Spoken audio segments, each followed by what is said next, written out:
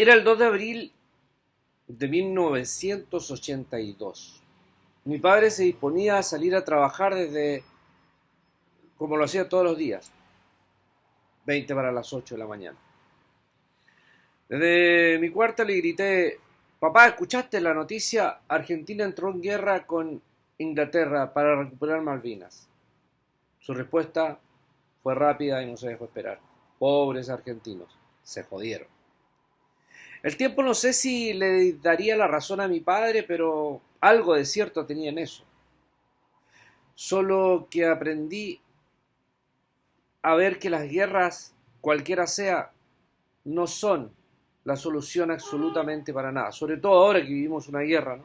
Una guerra, una de las más de 17 guerras que se viven y están activas en el mundo. Era una guerra chapucera. Galtieri, Fortunato Galtieri, lo que más quería justamente y buscaba con esto era la popularidad que se le había ido al tacho de la basura. Eh, reforzar su régimen autoritario que hasta ese momento venía en caída baja y había cometido grandes horrores con el pueblo argentino.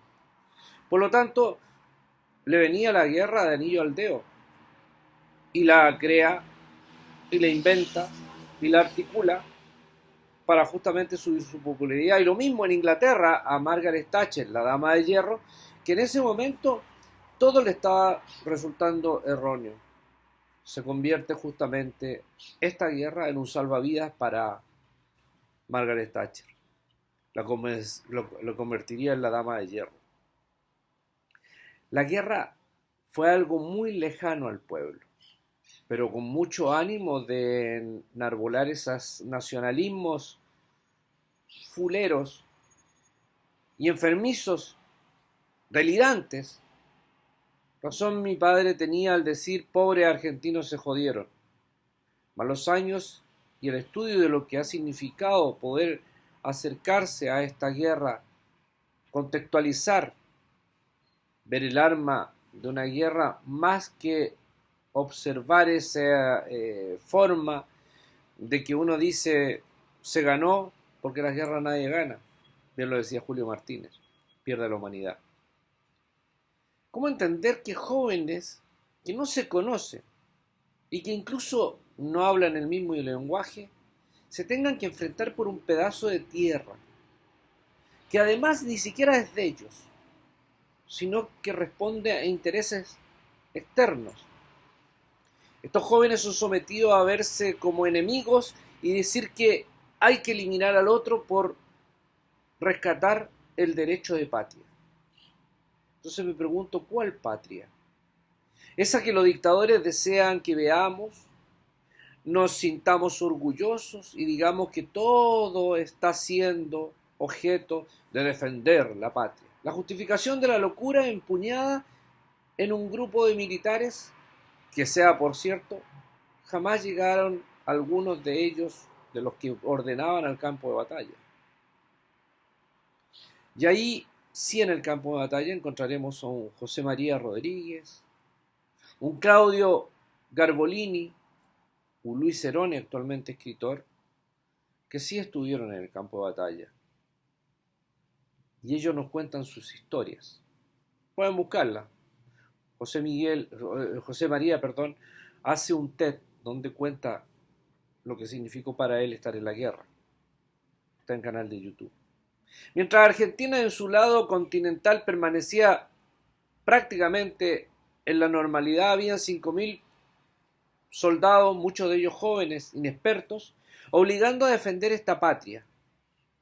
Y en este defender la patria, más que defender la patria, ellos defendían sus vidas. Luego, cruzar y recordar que por el otro lado habían militares profesionalizados que venían de Inglaterra. ¿Cuántos chicos de la guerra de las Malvinas terminaron en sanatorios? Otros quitándose la vida y una gran mayoría con traumas que hasta el día de hoy esa guerra chapucera no les permite hacer su camino normal. Sí, han pasado 40 años, pero ¿quién dice que uno en el tiempo todo lo sana?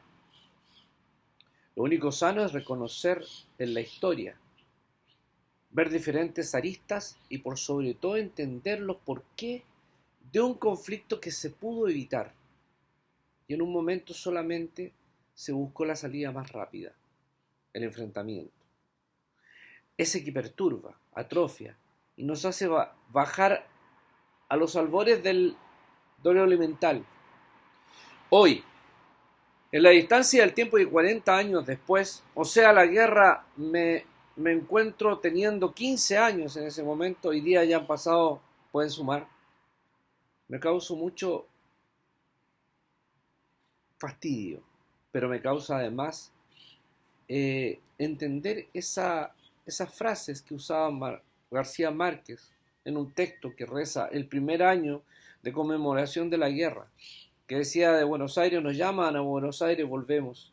Y volveremos mirando hasta esa zona de la América morena todas las veces que sea necesaria, entendiendo de verdad que fue la primera guerra librada en territorio argentino de nivel internacional, porque las personas tienen que tener claro que las Malvinas, más allá de la guerra o no, son y serán de Argentina. Más allá del significado de una bandera clavada o el deseo de aventurarse en un conflicto para recuperar algo que tampoco les pertenece a los ingleses.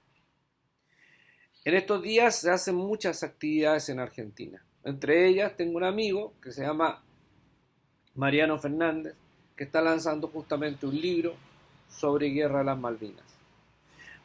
Estaremos hablando de este tema y de otros temas que nos involucran en los militantes de las causas nobles este 3 de abril.